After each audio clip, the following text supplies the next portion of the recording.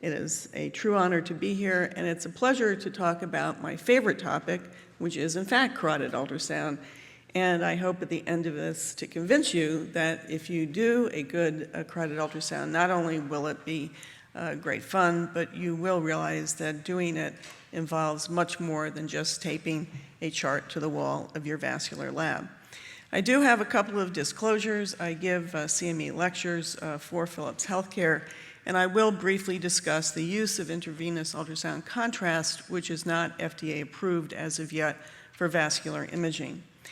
And while I think the chart on your wall of your vascular lab is indeed very important and where you really need to start, it is also very important to understand the pathophysiology of what you're looking at. And vascular disease in the head is a little bit different than vascular disease elsewhere, namely that most strokes actually are embolic. They are not due to a pressure or flow reducing lesion, they're due to embolus. And it's estimated that about 20% of these are due to disease at the carotid bifurcation. So basically, when you're thinking about stroke and carotid disease, the primary bad actor is the plaque, it's not actually the stenosis. And so I encourage you all, as you start your examination, to begin by evaluating the plaque. Ultimately, you're going to need to grade the stenosis, and to do that, you are going to need a chart. But it's very important to know when those charts don't work. And the things that you need to be concerned about are the high and low output states, tortuous vessels, contralateral stenoses and occlusions, tandem, long segment, and near-occlusive lesions, as well as the patient post-intervention, both endarterectomy and stent placement. And because of these times when the chart doesn't work, the way you're going to identify these situations is by correlating your spectral Doppler findings with the grayscale and color Doppler images, as well as looking at the waveforms. And if you see a discordance, you need to find an explanation. It's important to understand the carotid artery waveforms, and the other thing that I think is very, very important, which I'll talk about at the end, is that it is important to continuously reevaluate your chart based on outcome analysis, because patient management does evolve over time.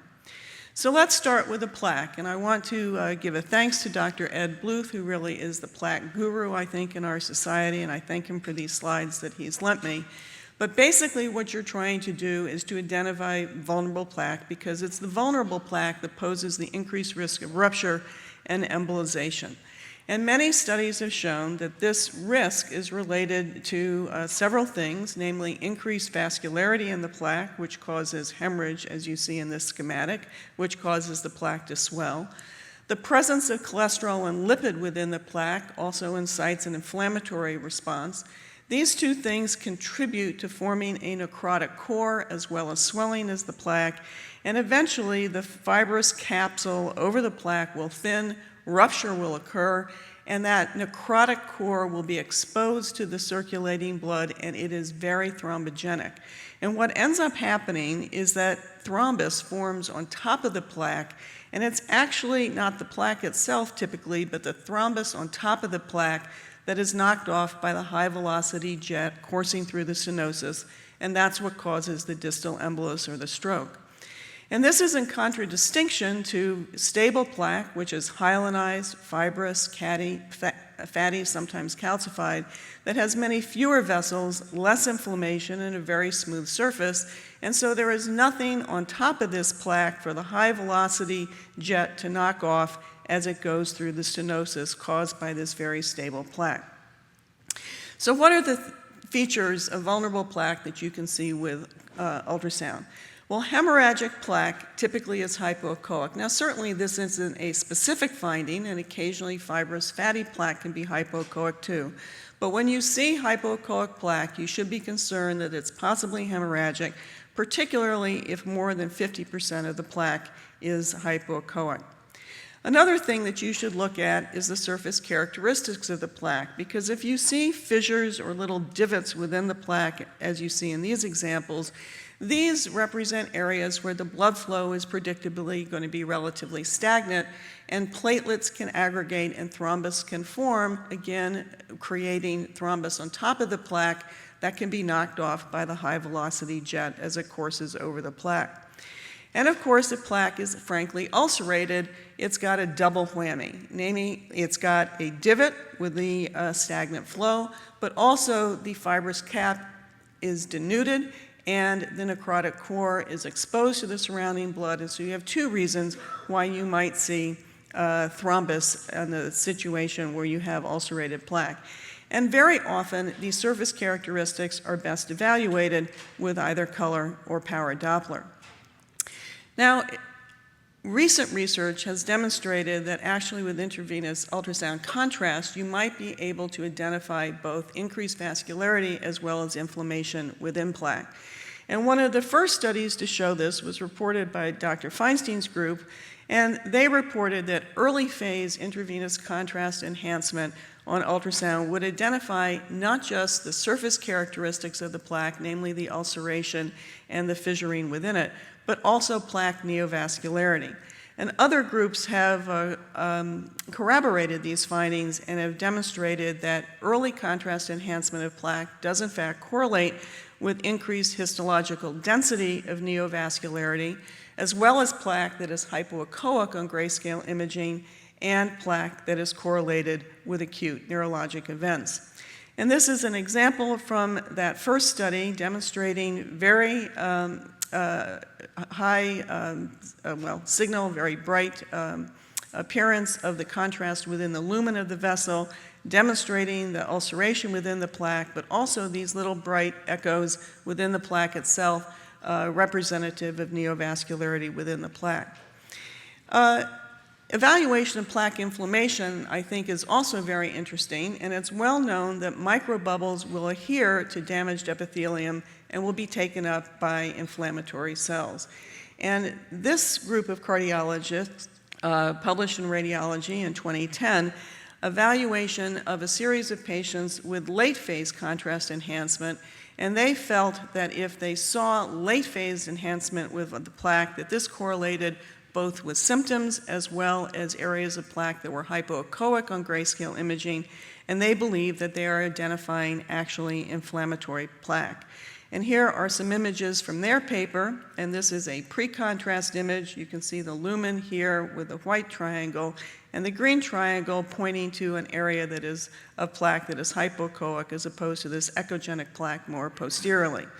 Now, 20 minutes after infusing SonoView in this particular patient, you can see really very few echoes within the lumen because, again, this is a delayed contrast-enhanced image, so 20 minutes post-infusion of the contrast. But that area of plaque that was hypoechoic anteriorly is now very, very echogenic, and again, they believe that this is due to retention of the microbubbles within the inflammatory cells, and they believe that they're identifying inflammatory plaque. Current research is looking for other ways of identifying this vulnerable plaque, and there are some high-end algorithms available suggesting that you can perhaps actually depict thinning of the fibrous cap with high-resolution ultrasound. People look for progression over time of the plaque, and plaque that is becoming more and more prominent, resulting in tighter stenosis, is more likely to be vulnerable. You can use transcranial Doppler to look in the intracerebral circulation for microemboli. And of course, you sometimes can use MR, though there is some controversy about this as to whether MR really actually is any better than ultrasound in terms of its ability to identify intraplaque hemorrhage. Well, since plaque is the primary bad actor, the question could be legitimately posed as to why you bother to grade a carotid stenosis at all. And the reason that we do this is that many studies have shown, and I've listed the most important ones here, that in both asymptomatic as well as symptomatic patients, measurement of carotid stenosis is actually an extremely good surrogate for assessing risk of stroke. And these studies have all shown that patients with carotid stenosis greater than 60 to 70%, again, whether symptomatic or asymptomatic, derive a clear benefit, namely a decrease in their incidence of stroke if they undergo carotid endarterectomy, and more recent studies have confirmed the same decrease in risk of stroke following carotid stent placement. And again, to do this, you're going to need a chart. And this is the example or a rendition of one of the very best consensus conferences sponsored by the SRU that was headed by Ed Grant. And they generated in this great study the chart that actually most people use on the wall in their vascular lab. Many charts are used, and you should use the chart, of course, that works best in your particular lab with your particular group of patients. But a study was done by the society, the IAC Society, Accreditation Society, and they, in fact, indicated, as they did a survey, that the most popular chart, the chart used most commonly, is indeed this SRU chart. And they are looking in this chart for a stenosis greater than 70%, and the primary Doppler feature that they use is a peak systolic velocity greater than 230 centimeters per second, with additional parameters of a ratio greater than 4 or an end diastolic velocity greater than 100. And this is what we use in our lab and the basis of how we grade a carotid stenosis. But one of the things that's very important to recognize that they did point out in this wonderful paper is that in addition to looking at these Doppler criteria, you need to confirm that there is plaque present on the grayscale and color Doppler images. And this correlation between your Doppler findings and the grayscale and the color Doppler images is really crucial in order to use this chart effectively. And sometimes you will find that there is discordance. And when you do, you have to recognize that those spectral Doppler criteria will not be reliable. So let's review some of these situations. What if you have a situation where the peak systolic velocity is elevated, but you actually do not see any plaque? Well, the two things that you should think about is a tortuous vessel or a contralateral occlusion or a stenosis. So here is an example of a very tortuous vessel. The peak systolic velocity is 163. According to the SRU chart, that would be consistent with a 50 to 69% stenosis. But if you look at the color and the grayscale images, other than this very curvaceous internal carotid artery, there is absolutely no evidence of plaque or stenosis at all. And I'm going to read this out as no stenosis, elevated velocity due to tortuosity of the vessel. Here's another example where you can see a peak systolic velocity of 260 centimeters per second. But if you look on the grayscale and the power Doppler images, there's a little bit of plaque, but it certainly doesn't decrease the lumen of the diameter significantly. And although by the velocity alone, according to the SRU chart, this would correspond to a greater than 70% stenosis, really on the grayscale and the color, there would be less than a 50% stenosis. And this is due to the fact that there is a contralateral occlusion of the internal carotid artery. And in the setting of a contralateral high-grade stenosis or occlusion, you're going to get compensatory flow on the opposite side, increased velocity in both the common and the internal carotid artery, and peak systolic velocity as a criterion alone will not be accurate for grading the stenosis. And using the ratio and looking at the grayscale and the power Doppler or color Doppler images is going to be much more important.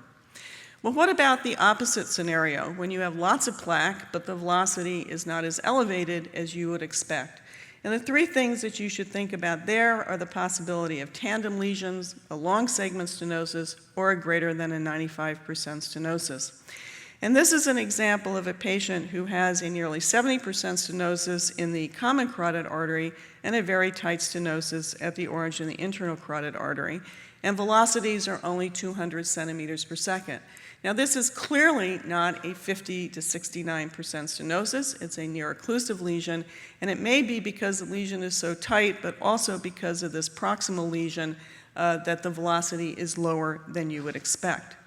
Here's another example where you can see on the color Doppler image that there's a lot of plaque, there is a long segment stenosis. This is clearly greater visually than a 70% stenosis, but the highest velocity we could get was only about 110 centimeters per second. By the SRU chart, this would be a less than a 50% stenosis, and that is clearly wrong. And the reason the velocity is so low is due to inflow resistance in patients that have very long segment stenoses. And here is another very important case. Looking on the transverse grayscale image, you can see in fact that there is a very tight stenosis, probably actually almost a nearly occlusive lesion, but the highest velocity we could get was 189 centimeters per second, and this would correspond to, in fact, only by the SRU chart, a 50 to 69% stenosis, but obviously that's not correct at all. This is a much tighter stenosis. And if you go back to the Spencer and Reid diagram, which very elegantly demonstrates that as the diameter lumen decreases, the peak systolic velocity increases exponentially to a very tight stenosis, maybe about 95 or 96%. But at that point, velocities actually plummet very, very quickly till the vessel occludes. And so if you pick any particular velocity, here I've picked 110 centimeters per second, you can see that this intersects the curve on the right side where you have a relatively modest stenosis, but it also, that line will intersect the curve on the left side where in fact you have a very tight stenosis. And the only way that you can determine whether you're on the right or the left-hand side of that curve, or whether you have a very modest stenosis or a very tight stenosis, is by looking at the grayscale and the color Doppler images as well as the waveforms. And proximal to a very tight stenosis, you're going to have a high resistance waveform pattern, sometimes called the knocking or staccato waveform. And distal to a tight stenosis, you're going to have a TARDUS PARVUS waveform. And here, going back to the case I just showed you, in the proximal CCA, you can see low velocity and no diastolic flow. And in the distal ICA above the stenosis, you can see the classic TARDUS PARVUS waveform. So let's talk a little bit about these waveforms, because not only will they help you identify these nearly occlusive lesions, which you clearly do not want to miss, but also they can help give you clues to disease that might be outside of the field of view of your carotid ultrasound study, either in the heart or more distally within the head. So we'll start with the TARDUS PARVUS waveform, which, as you see here in this example, is characterized by delayed systolic upstroke, a decrease in peak systolic velocity, rounding of the systolic peak, and this occurs distal to a high-grade stenosis. And what's fun about this is that the pattern of distribution can help you localize the stenosis. So in this particular case, you can see a delay in systolic acceleration, so a more horizontal upstroke. It involves the right common, the left common, both vertebral arteries, and in fact is even more prominent in both internal carotid arteries. And notice also that the peak systolic velocity is relatively decreased. So you see this TARDUS PARVUS waveform in all the vessels in the neck. That means that the proximal stenosis has to be proximal to every single one of these vessels. And the most likely place, of course, is the aortic valve. And this is what you see in patients with severe aortic stenosis. In this particular patient, you can see the TARDUS PARVUS waveform in both the left common as well as the left internal carotid artery, but you have a very sharp upstroke in the right common and right internal carotid artery. So the stenosis must be proximal to the left vessels, but must not affect the right vessels. And so the most likely place for that stenosis is going to be at the origin of the left internal carotid artery. Well, what about the knocking or staccato waveform? This is characterized also by a low peak systolic velocity and decreased absent or reverse diastolic flow. And this type of waveform occurs proximal to either an occlusion or a high-grade stenosis. Here you can see an example where the waveforms in both common carotid arteries are quite asymmetric, with substantially decreased flow in the left common in comparison to the right. And that should make you think that there is some obstruction to flow up above. And as you go up the vessel, you can see that in the proximal ICA, which is closer to the obstruction, the velocities are even less and absolutely no diastolic flow, and this is due to occlusion of that mid-internal carotid artery.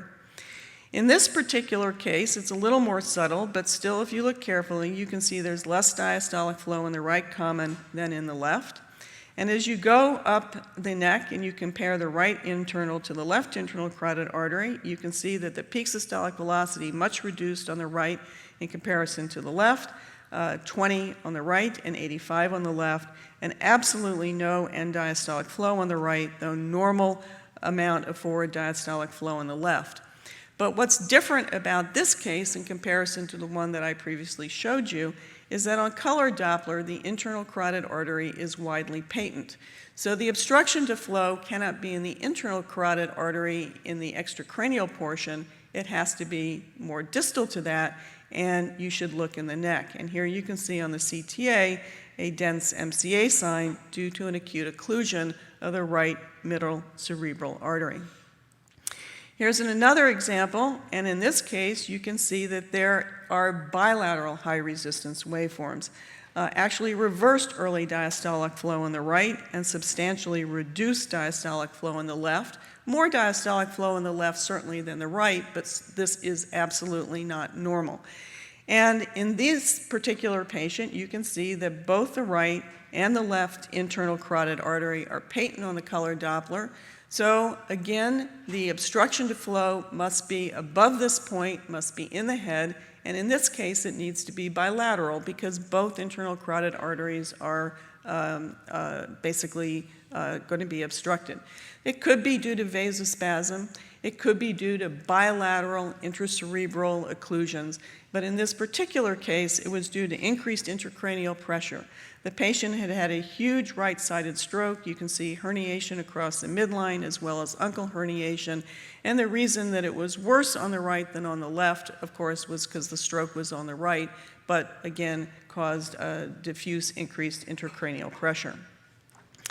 Well, here's an example where you have so-called high-resistance waveform patterns bilaterally in both common carotid arteries. You can see no end diastolic flow and a little bit of early reverse diastolic flow. But what's different about this case and the cases I've shown you before is that the peak systolic velocity isn't decreased. In fact, the peak systolic velocity is increased, and it's 160 on the right and 176 on the left. And this is the kind of waveform pattern you actually see in patients with severe aortic regurgitation, and it's the Doppler ultrasound equivalent, if you will, of the water hammer pulse that they might note on physical exam. Another time when these charts will not work is in either high or low output states. And so when the peak systolic velocity in the common carotid artery is either less than 60 or greater than 100 centimeters per second, the SRU chart will not be applicable. Low output states, more common in my practice. These are usually due to decreased ejection fraction from cardiomyopathy, left ventricular dysfunction, perhaps left ventricular aneurysms, sometimes aortic stenosis. You can see this also in the setting of systemic hypotension or even thoracic aortic aneurysms. And here is an example where you have a peak systolic velocity in the common carotid artery of only 35 centimeters per second. And if you were to wait until the peak systolic velocity in the internal carotid artery reached 230 centimeters per second before you said this patient had a greater than 70% stenosis, the peak systolic velocity ratio would be 6.5, well over that 4 cutoff. And relying on peak systolic velocity in this case would result in significant underestimation of ICA stenosis in this patient who had an ejection fraction of only 15% due to an ischemic cardiomyopathy. The same thing is true in high output states. In my practice, this is less common, but you can see it in patients who have hypertension, hyperdynamic state, sometimes aortic regurgitation, as I've mentioned, and even thyrotoxicosis. And in this particular patient, who was actually a young athletic guy, he was actually on the varsity ice hockey team, but had syncope, had a carotid ultrasound. And the peak systolic velocity in his ICA was 176 centimeters per second. And this would correspond by the SRU chart to a 50 to 69% stenosis, which would be pretty peculiar in a very healthy 19-year-old guy. And looking on the grayscale and the color, there's absolutely no plaque at all. And if you look in his common carotid artery, you see his peak systolic velocity is 126 centimeters per second. And so the reason that this patient has high velocities is just due to the high output state, a very hypodynamic, probably just due to the fact that he had an enormous cardiac output because he was so athletic, and he has no stenosis in his ICA at all. Another time when these charts typically will not work is the patient who's undergone intervention, because doing endarterectomy or performing placing a stent changes the vessel hemodynamics, and it becomes very difficult to then grade a stenosis. In a patient who's undergone endarterectomy, the surgery changes the hemodynamics. They get a patch that increases diameter, it causes the peak systolic velocity to change, and it decreases the compliance of the vessel wall. So here's a patient post-endarterectomy, velocity about 197 centimeters per second. According to the SRU chart, that would be a 50 to 69% stenosis, but looking at it on the grayscale, clearly that is a much tighter stenosis. So following endarterectomy, you can't use the same criteria as you do for the native vessel. The peak systolic velocity is likely lower. Nobody knows exactly what number to use, so pay attention to the ratio, the grayscale, and the color Doppler findings. Following stent placement, again, hemodynamics are changed, but actually in a completely opposite direction, and peak systolic velocity is generally elevated. Here you can see a stent. It's clearly wide open, no intraluminal echoes. Velocity is 300 centimeters per second, but there's no stenosis there. But the stent decreases the compliance of the vessel wall, results in partial occlusion of the ECA, usually that causes shunting of blood into the ICA, and residual wasting or narrowing, as you see here, is very, very common, and that probably results in increased velocity as well. So all studies agree that the peak systolic velocity and ratio threshold numbers are going to be higher in patients following stent placement for a given percent stenosis than for the native vessel. But there's no agreement on the numbers. These may be lab and stent type specific. So what do? You look for change in peak systolic velocity over time, and again, correlate carefully with the grayscale and color Doppler imaging. Well, I want to finish up by talking about some stuff that's about the SRU chart that's in the fine print of that very wonderful article that I've referenced already. And ultimately, one has to pick a number that's going to work for the vast majority of patients. I've gone over exceptions to the rule, which are important, but again, when you think about the majority, you need to come up with a number or some Doppler criteria that are going to work within your lab. And I think it's important to recognize how the SRU came up with the numbers that Ed Grant and colleagues chose, because a lot of thought went into this. And one of the things that you should recognize is that for any given stenosis, as you can see in this chart from some work that Ed Grant did before the Carotid Consensus Conference, that there is a wide range of velocities for any given percent stenosis. Another way to look at it is that there is, in fact, very good accuracy over a wide range of peak systolic velocities for greater than 70% stenosis. What's different, of course, between using a cutoff of 175 versus a cutoff of 300 is not the accuracy, but of course is the sensitivity and specificity. So if you use a lower number, you're going to be more sensitive. If you use a higher number, you're going to be more specific. And you won't be able to achieve both. So one of the things that you always need to be thinking about is outcome analysis in addition to accuracy. And this is a concept that was initially brought to my attention anyways by a really fabulous, very thoughtful paper from the Netherlands. And what they basically acknowledge is that the consequences of missing a stenosis, in other words, having a false negative, may be more or less favorable than the consequences of performing an unnecessary intervention because of a false positive. And this is very, very important as you evaluate your charts in current clinical practice. So if you go back to the SRU chart, they could have chosen a peak systolic velocity of 300. In fact, if you look at Dr. Grant's data, 300 would be at the point where you see the typical mean peak systolic velocity for a greater than 70% stenosis. And had they chosen a number like 300, you can see here they would have had very few false positives, but they would have had a lot of false negatives. Instead, they chose, back in 2003, a peak systolic velocity of 230, which is a much more sensitive criterion for diagnosing a greater than 70% stenosis. And as you would therefore expect, they had more false positives and many fewer false negatives. Now, that was a very reasonable choice to make at that point in time, because there was a lot of data that demonstrated that there was still benefit for intervention in patients with more moderate stenoses in the 50 to 69% range, just not as much benefit as there was with patients with stenoses greater than 70%. So the decision was made that it was actually better to have false positives, that was less risky, than to have false negatives, where you would be denying a patient the potential benefit of performing an intervention. However, in 2017, times are changing, and the incidence of stroke in the last 2 decades has decreased by close to 40% in patients over the age of 65.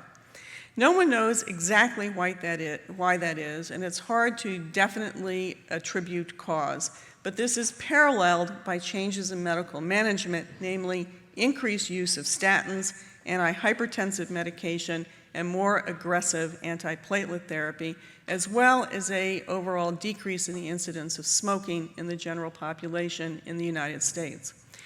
In addition, there is recognition now that the reported risks of intervention, both with carotid endarterectomy and stents in clinical trials, does not necessarily translate into routine clinical practice.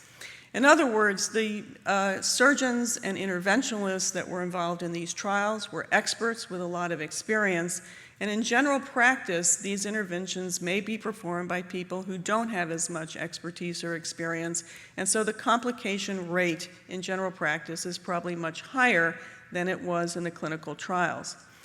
And when you combine that with the fact that in today's world, with optimal medical management, the risk of stroke in patients with carotid stenosis who are receiving optimal medical management is only perhaps maybe 0.5 to 1% per year, you're reaching the point where researchers are recognizing that actually the risk of stroke with patients on medical management is less than the risk of stroke in patients that go under surgery.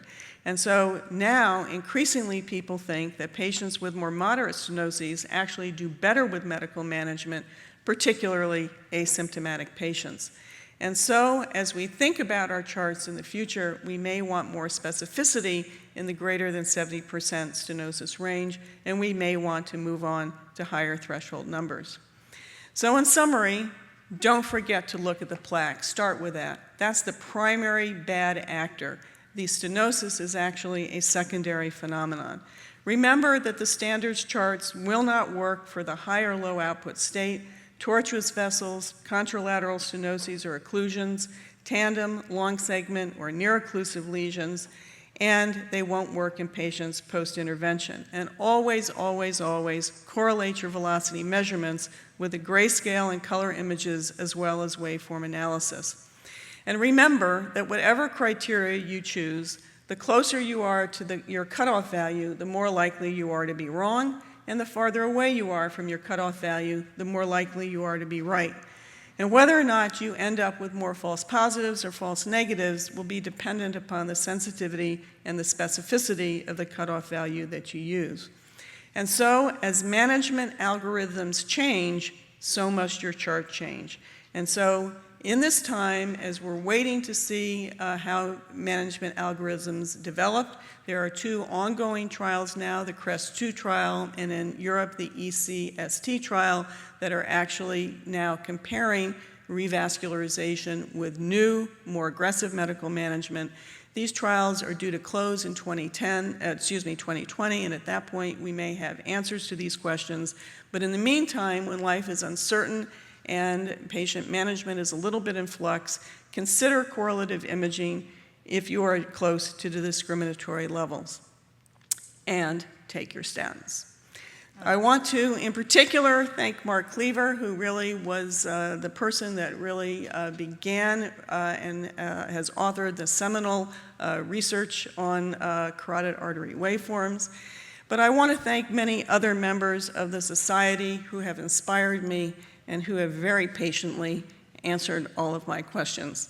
Thank you very much.